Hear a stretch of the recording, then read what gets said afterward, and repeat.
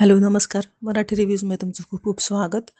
आज आत्ता मी रिव्ह्यू तुमच्या समोर सादर करते आहे बेबी डू डाय डू या सिनेमाचा. याचा ट्रेलर तुम्ही पाहिला असेल तर तुम्हाला समजलं असेल की यांचं युनिक नेक्स्ट काय वेगळं आहे, म्हणजे काहीतरी वेगळं दाखवायचा प्रयत्न केलेला आहे.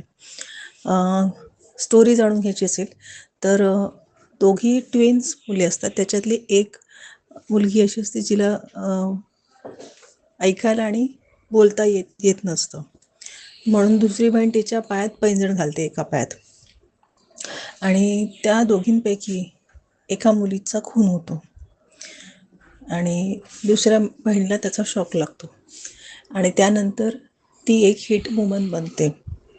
आणि त्यानंतर काय होतं, ज्याने तिच्या बहिणीचा खून केला आहे त्याच्यापर्यंत ती पोचते का, हे पाहण्यासाठी तुम्हाला हा सिनेमा पाहावा लागेल. तर ही होती थोडक्यात स्टोरी. आता तुम्ही म्हणाल या सिनेमाच्या पॉझिटिव्ह गोष्टी काय, ही तर एकदम नॉर्मल गोष्ट आहे, याच्यात काय असं वेगळं आहे. तर हा सिनेमा तुम्ही जेव्हा बघाल तर तुम्ही एंगेज व्हाल. या सिनेमामध्ये ज्या प्रकारचं प्रेझेंटेशन आहे, ज्या प्रकारे प्रत्येक सीन दाखवायचा प्रयत्न केलेला आहे तो खूप वेगळा आहे, युनिक आहे.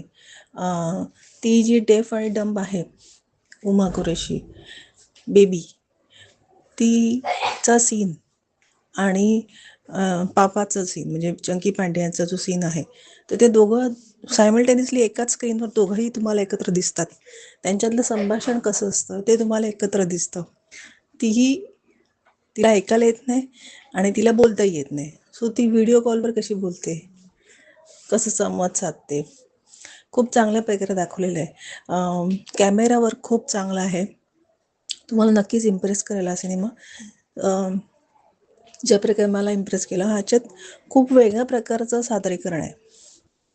डार्क आणि थोडंसं बोल्ड लुक आहे, त्याला डिफरंट हँडलिंग आहे. जे आपण बाकीचे थिएटरला सिनेमा पाहतो ज्याच्यात खूप जास्त मेकअप, खूप जास्त लाईटिंग आणि असं प्रेझेंटेशन एकदम छान शौकीन असं नाही. याच्यात रिॲलिटी बेस्ड दाखवायचा प्रयत्न केलेला आहे.